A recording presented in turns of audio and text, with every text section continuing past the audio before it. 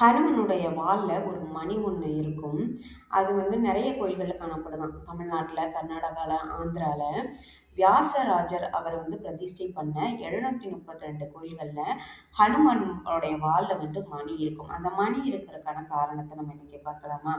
ராவணனும் ராமரும் போரிடும்போது, ராவணனுடைய தம்பியான கும்பகர்ணன் அவரும் போருக்கு போனாராம். அவருடைய சைஸுக்கு ஏத்த மாரி ஒரு பெரிய தேர்ல அவர் போவாராம். அதுல ஒரு மணி ஒண்ணு கட்டியிருக்குமாம். போனாங்க, போய் பயங்கரமா போரிட்டாங்க. அதுல பார்த்தீங்கன்னா, ராவணனும் இறந்து போனாரு.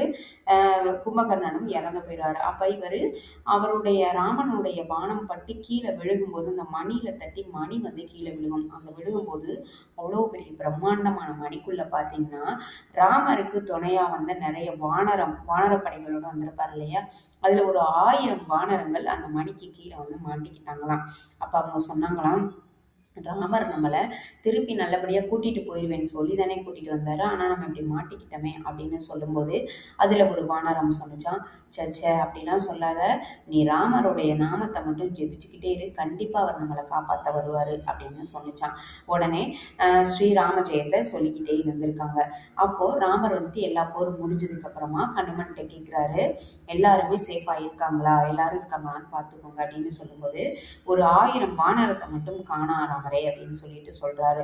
அப்போ தேடலாம் அப்படின்னு சொல்லிட்டு 2 பேரும் தேடுறாங்க. தேடும்போது அங்க ஒரு பெரிய பிரம்மாண்டமான மணி இருக்கிறத பார்த்துட்டு ஒருவேளை இதுக்குள்ள இருப்பாங்களோ அப்படின்னு ஒரு டவுட்ல ராமர் சொல்றாரு. உடனே ஹனுமன் என்ன பண்ணிட்டானா, தன்னுடைய வாளால அந்த மணியை அப்படி கட்டி இப்படி இழுத்துட்டானாம். இழுக்கும்போது உள்ள இருந்த அந்த 1000 வானரங்களும் ராமரை பார்த்து வணங்குச்சான். இன்னொன்னு, அந்த மணியை தூக்குனது ஹனுமன்றனால நீ மக்கள் எல்லாராலையுமே பயங்கரமா நீ போற்றப்படுவ அப்படின்னு சொல்லி வாழ்த்துனாங்களாம்.